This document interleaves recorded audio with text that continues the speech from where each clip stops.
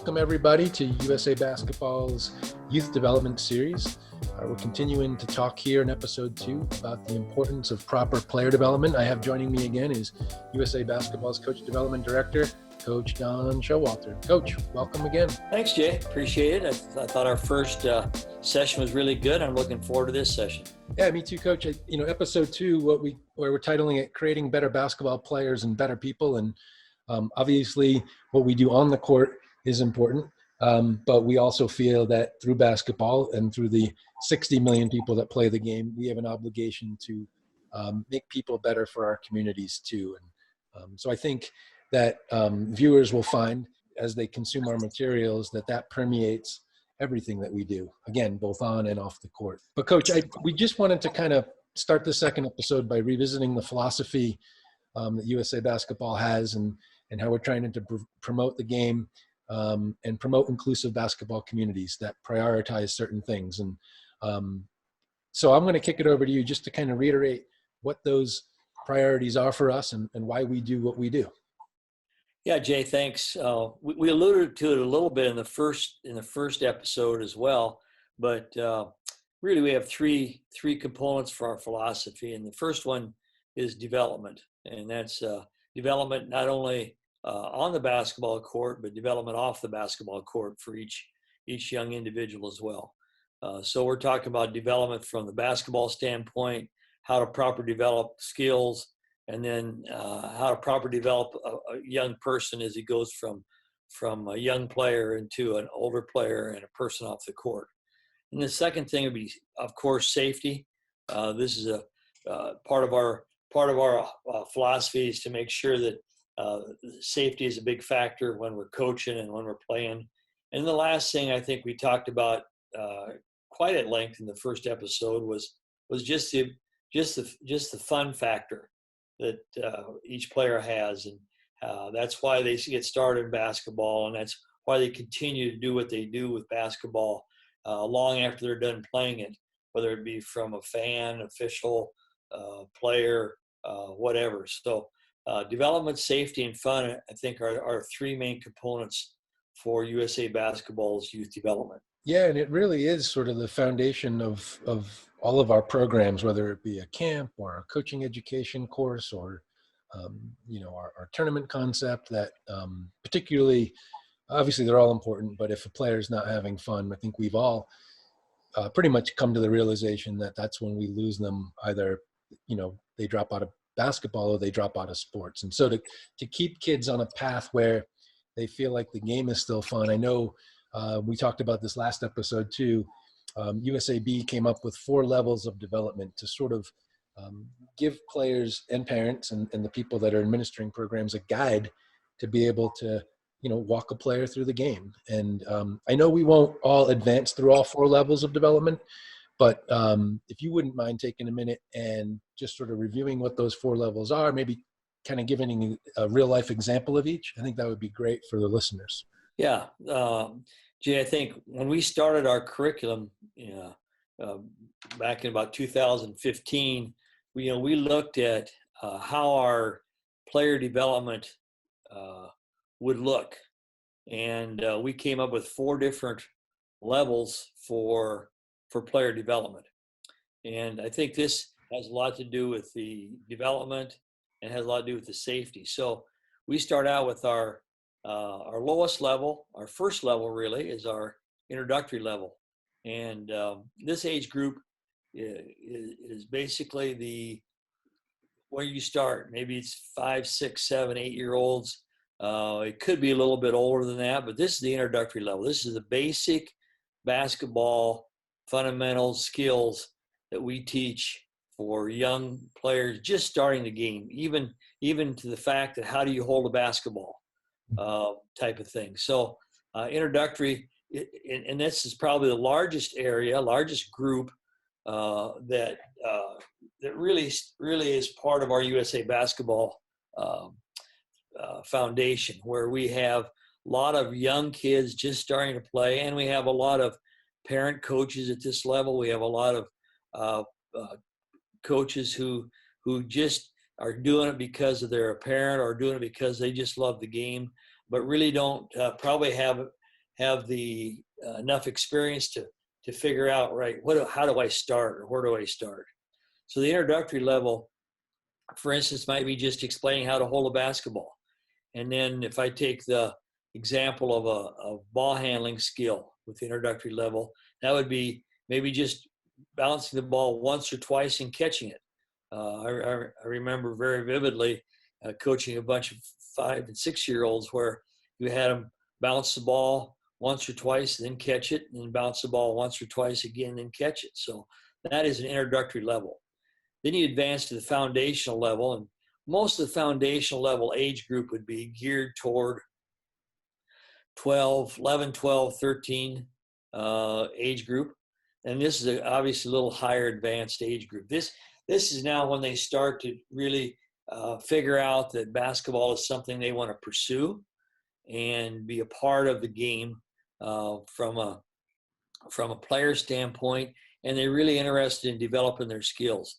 I might go back and say introductory level also would include, we're talking about making the game fun. It would include things like using a smaller basketball, size 5, a lower basket, maybe 7 or 8 foot baskets in the introductory level, and even some of the foundational levels. So this would be a huge part in kind of making the game fun and making sure that the players have some success. And as you get to the foundational level, you advance that same skill. So we're talking about skills that we have. We continue on the ball handling skill. The foundational skill would be, all right, now we're going to have dribbling with movement. So it might be straight line dribbling down the court and back would be a foundational level. It might be doing crossover dribbles, stationary and then on the move. So we're advancing that same skill. And even in the introductory level, part of that may be you may go from introductory to foundational with the same kids, same season. And then, of course, the advanced level would be geared more toward a high school age player, 14 through 16, 17. Not necessarily an elite player, but just more of a advanced level. And then you would take what we have as far as ball handling skill. That might be a 2-ball dribbling with a ball in each hand, and you're working on just pounding the basketball with both hands. Maybe crossover dribbling with 2-ball, advanced level. And then you would take maybe set up some cones and have them go through cones using crossovers behind the back, between the legs, spin moves. Those would be all advanced level. And if you take that advanced level and try and do it in the foundational level or introductory level, players get frustrated because they can't do it and they're not ready for that. So players who aren't ready for advanced skill then tend to drop out because it's not fun for them. So I think we have to be really careful on our levels of development. And then the last level, Jay, is our performance level, which is a very high level. College player would be more toward our junior national team level, where it's really a high performance level, very highly skilled at everything. But never forget that even the skills that we do, you don't graduate from a skill. And I've said that many times where, if you're working on the advanced ball handling skills that you'd have with the 2-ball and the dribbling between cones and behind the back, that would still be a performance skill. You may just not spend as much time with it in the performance level. You may revisit those skills again just to keep on top of those skills. But the performance level is the highest level that you get to. So if you look back on those four different levels that we talk about, introductory, foundational, advanced, to performance, we feel with USA Basketball that these are very complementary to each other, and it's very necessary that we go from one level to the other level seamlessly. When you're ready for another level, that's when you introduce the next level.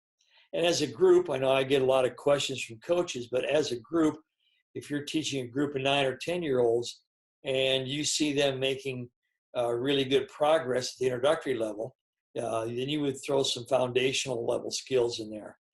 make it a little bit more, make it a little more competitive level for them as well. So these are the four levels that we emphasize as we go through our curriculum. Yeah, that's exactly right. And I remember when we were putting our guidebook together and things, and we also understand that it's possible. In fact, it's likely that players, even what we describe as performance level players, are still incorporating skills at different levels. So it's possible, and I know you have some real life examples of players, and we don't have to mention names here, that are theoretically at the performance level because they're a junior national team athlete or even an NBA athlete, but maybe are still learning some skills at, if not the introductory level, certainly the foundational level. Yeah, that's a great point because players certainly are, come in at different levels, and just because they're really good at one skill, maybe they're at the performance level with ball handling and passing, but they're not at performance level for shooting or for screening or setting screens and those kind of things. So performance level, and it would take that advanced skills just to a little different level. And a lot of that is, I think, you show players what the next level would be, and then it gives them some really impetus to work toward that level. So as I coach our junior national team, sometimes we give players maybe a drill or a comment about, all right, here's one way you can improve your passing. And, they take that to the next level, and all of a sudden it goes from advanced to performance. So I think there's a lot of that going on within the group. And I also may say that, generally within a group, if you have a group of 15 players and you're at the introductory level, we generally say that about if 80% of the group you have can really do the skill pretty good at the introductory level, then you take the whole group to the foundational level, understanding that there may be 2 or 3 that are still at the introductory level. But sometimes advancing a level will help those younger players as well to do a much better job with the skill. Yeah, and I called that out because I think it's important for everybody to realize that they shouldn't be embarrassed that maybe, okay, they are those 2 or 3 players, right, that maybe aren't as progressing as quickly, because there are, as we mentioned, NBA elite level athletes that are still performing some of those drills, and they have to stay after practice now to maybe attempt at least to perfect those their deficiencies. And so it happens at all levels. And I know we're going to get into the 4 levels of development as it relates to at least the players on court development in episode 3. So we're really going to take a deeper dive, or I think it's episode 4. We'll take a deeper dive into the actual levels and the types of skills that can be performed at those levels, and even give some real life examples and some takeaways there. But what I did want to move into is, we talked about now creating better basketball players, but to create better people, which does tie into the basketball piece.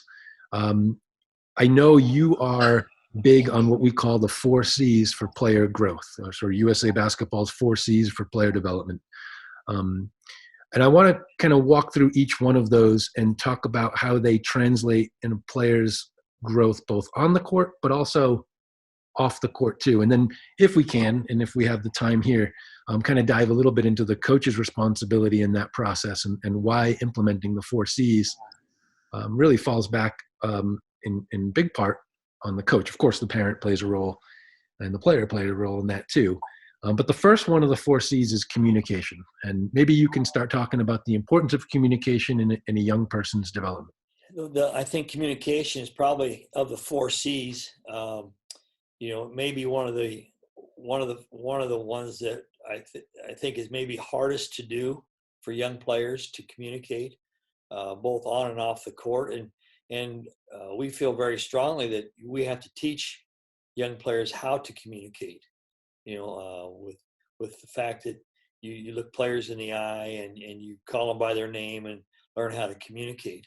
I think one of the things that we do in practice situations on the court is give them and get them in situations where they have to communicate.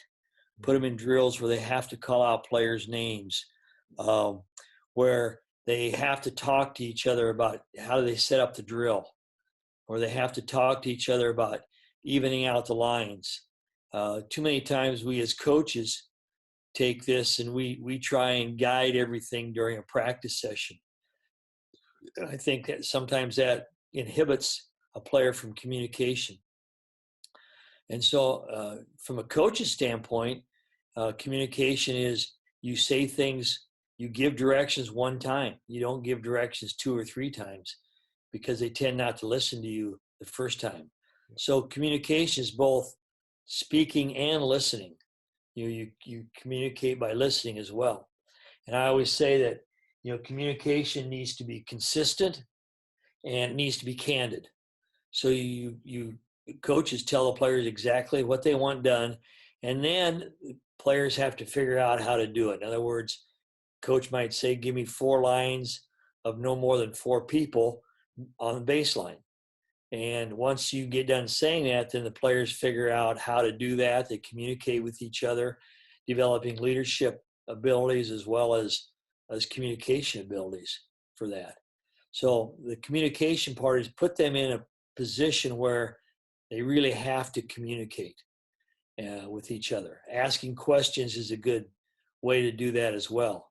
A coach may ask a question of a player that you just described something, maybe how to get over a screen, and you want some feedback, and you would give the player a chance to communicate effectively what you just told them to do. So there's a lot of things that go into that communication as well. I think anytime you get players to communicate with each other and with the coaching staff, you certainly advance that communication with them. And that becomes an effective tool off the court as well.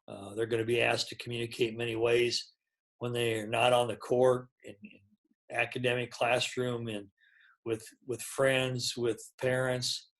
So the communication aspect, we think, is really, really important for young players to understand how they get it done. And that's our first C, and I think we realize it's probably the most difficult. I know. In the next episode, for sure, we're going to talk about some ways to get players to communicate. We also know that sometimes players don't communicate with the coach or their teammates because they're not comfortable. And so our second C, we describe as comfort zones. So can you speak a little bit about the importance of comfort zones and how to work toward getting players to feel comfortable reaching outside of what they're used to doing? Yeah, comfort zone is probably one of my favorites of the C's, because I really think that's when a player improves the most, when they're out of their comfort zone. So if we take a look at those 4 levels, Jay, of our development, and we go to introductory, foundational, advanced, and performance, if we take a look at those 4 development, it's important that they have some concept of how to do a drill in an introductory level or an advanced level. But then I think that we need to give them a little bit of incentive to try to get out of that level and go to the next level. And that's a little bit out of their comfort zone. If you see a young player who's 9 or 10, who's just kind of starting to get comfortable with, all right, I can dribble the basketball pretty good now in a straight line. I keep my elbow in and my wrist goes up and down, and the ball follows that pretty well on the dribble. I can do my crossover dribbles, right to left, left to right. So now we get them out of their comfort zone a little bit. Now can you do this same thing at a little faster pace? That would be a great example of advancing in the comfort zone, but it also would be advancing in that level a little bit as well. So we find out that players really enjoy that aspect of reaching outside their comfort zone. They prepare for that next situation, and it may be a little competitive, but that's something that they really enjoy. I always tell coaches that your practices should be a little bit more difficult than games, your actual games. If you have your practices more difficult than your games as far as competitive skills, all those kind of things you work on, the games will be much easier. And that's part of getting out of their comfort zone. One of the phrases I always like to say is, you don't necessarily rise to the occasion, but you sink back to the level of your preparation.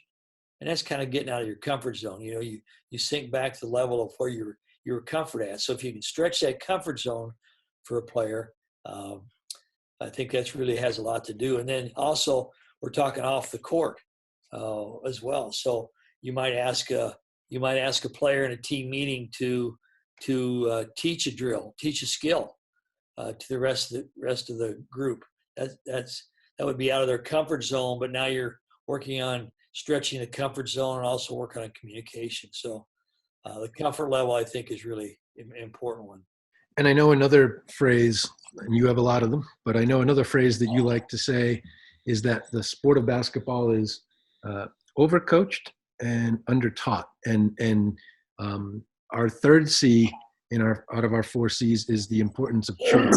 And I know a lot of times as coaches, we sort of tighten the reins on the choices that we allow players to make, and whether that's because we feel that we need to have that control, or maybe we don't feel that they can be as successful making choices on the court, but it does impact their choices off the court as well. So talk about the importance of choices and the freedom to allow players to make those choices. Yeah, a lot of things go into that, Jay, and I think one of the things for me is I think coaches really do sometimes we overcoach the game, meaning that we're trying to have way too much control over what happens on the court, and we don't give the players enough, probably enough ability level or enough confidence that they can do a lot of the things on the court and make the choices that's necessary.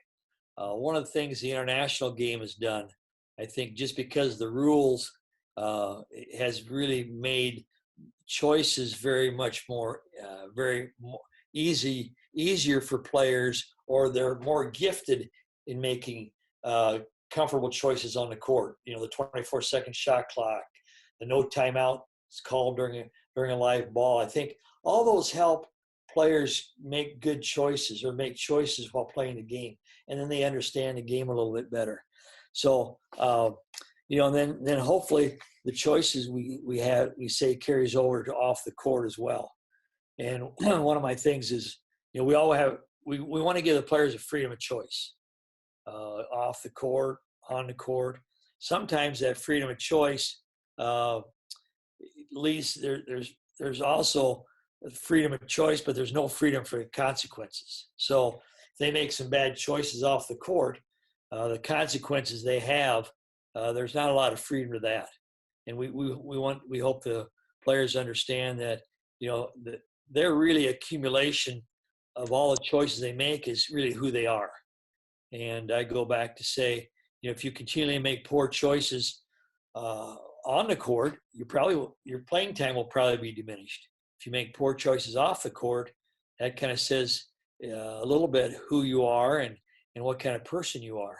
It shows up in the things that you do. So we like to have the choices be something that is taught in a basketball situation that carries over to off the court. And the last thing I would say with choices is that the choices that you make give what we call earned fairness. So if a player continually makes the right choices and then makes one wrong choice, that's different than somebody who really struggles making the right choices all the time. Coach Wooden used to say that all the time. He never treated everybody the same because they earn their fairness. And I thought that was really a good saying dealing with players as well. And so if they understand that, I think it goes a long way in first of all, in their trust as you as a coach, but also in them making good choices both on and off the court.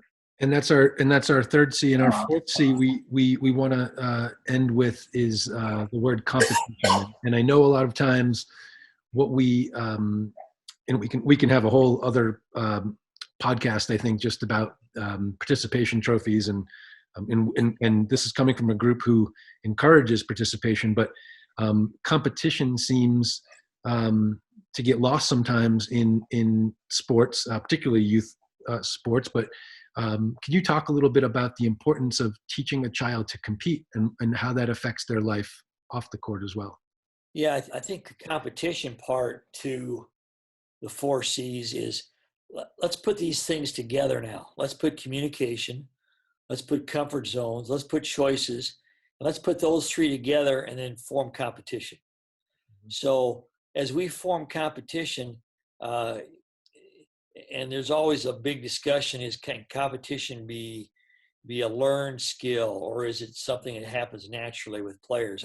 We find out that even with our elite junior national team, Jay, that some players are much more competitive than other players are. Which, for a long time as a coach, I don't think I understood and embraced that part of the competition. So I think kids basically like competition. If you're a 5 or 6 year old, everybody sees how fast they can run. They love to, they love to race as a 5 or 6 year old. Look how fast I can go, type of thing. So I think if we channel that competition at a young age, they certainly get better and kind of embrace that competition. So maybe for our introductory level, as they progress a little bit, you're talking about dribbling. Well, you put 10 seconds on a clock and you say, all right, how many dribbles can you take in 10 seconds? That's a form of competition for that introductory level. And I think the players enjoy that, but also it leads to higher skill development. So now they're doing it under duress. They're doing it in situations where they feel that they can go faster than maybe they would normal, and it's okay. And so I think the competition really develops skills in a way that that we couldn't if we didn't have competition. I'll go even further. When we have our elite national team, there's drills that we do in competition that they would do every day. I mean, they would love to keep score. We go baskets and those kind of things. And then at the end of the day, we find out, all right, who is on the winning team most often, who is on the losing team most often. So I think it really develops a little bit of competitive nature and striving to do their best in the competition mode. And then you take this off the court too, Jay, and I know we talk a lot about, all right, how does this competition influence them off the court? Well, they're going to be trying to get into college someday, hopefully, or the workforce, or whatever they're going to do after they get done being a student. There's going to be a lot of competition for those jobs. There's going to be a lot of competition with other people for the same thing that they want. So I think the competition is something you're going to face no matter what point in life they are. They're going to face a high level of competition. And if we can, as coaches, if we can give them a little bit of semblance of how to deal with competition and make it for them to strive and do their best, I think we've helped them both on and off the court. Yeah, and it's not just about winning that trophy, but like you said, it's about using competition for their own personal development, which I think sometimes can get confused with the desire to take home that trophy in particular. So, well, Coach, finishing up, I know we talked about our 4 C's. Again, just to review for the listeners, it's communication, comfort zones, choices, and competition. And next episode, we're going to go into some actionable items that you can take away as a coach to be able to implement those things into your players to get them to communicate better, get them out of their comfort zone, hopefully get them to make better choices, and then obviously getting them to compete. But from a broad perspective, what are the desired outcomes or the goals, I would say, of the 4 C's? Things we'd like for players, but also parents, coaches, and administrators to take away out of the 4 C's. Well, yeah, that again, I think we with USA Basketball for a long time only dealt with the elite players. And now with our youth division, which has a lot more people and coaches in our youth division spectrum, I think we we have to make a couple points with that. There's only a small fraction of young people that are going to be elite basketball players. Very few of them are going to reach that pinnacle of being an elite player, play on a college team, or even start on a college team. There are going to be very few players that do that. So, one of the goals for us is, all right, how are they going to be able to navigate their way through some disappointments and those kind of things, but yet be the best they can be. And we think all players, no matter what age, have a right to get better, no matter their level. And as coaches, we sometimes overlook that, but we definitely want to see each player improve, and that's how they have fun. That's how they stay in the game. And the last thing I would say is that we want players, and we think they have a right to develop their, social, emotional, and thinking, which are decision-making skills that's going to contribute to their own personal development, both on and off the court. And this affects their ability to perform as athletes and as people. So, those are things I think that we need to keep in mind as coaches as we coach young players. Absolutely. And for the listeners, next week, we're going to, just to give you a little preview, we're going to get into what we feel are the essential coaching behaviors, or at least 4 of the essential coaching behaviors necessary in order for you to help a player grow both on and off the court. And we're going to try to give you some actionable items. And I know Coach has Coach, you have a laundry list of items that you can give. So we'll try to narrow it down a little, but that some takeaways. We do feel that the coach has a unique opportunity, I think, to deliver important aspects of the game, but important aspects of life as well to young people. And so we'll dive into some specifics next week in episode 3. But Coach, I just wanted to thank you once again for joining me in episode 2. Looking forward to continuing this journey. And yeah, we'll get it going next week. Yeah, I'm really looking forward to next week, Jay. I think we're going to get a lot of really things that coaches can do for kids, and specific things that we can do. And I think everybody's going to enjoy that. Great. And for those of you out there, as a reminder, if you have any questions for Coach or for USA Basketball, you can email your questions to youth@usabasketball.com. That's youth@usabasketball.com. And we will compile those questions and select a few for future podcasts to use as topics and things of that nature. And at the very least, we'll respond to you privately to hopefully give you the answers that you're looking for. So until next week, take care, everybody.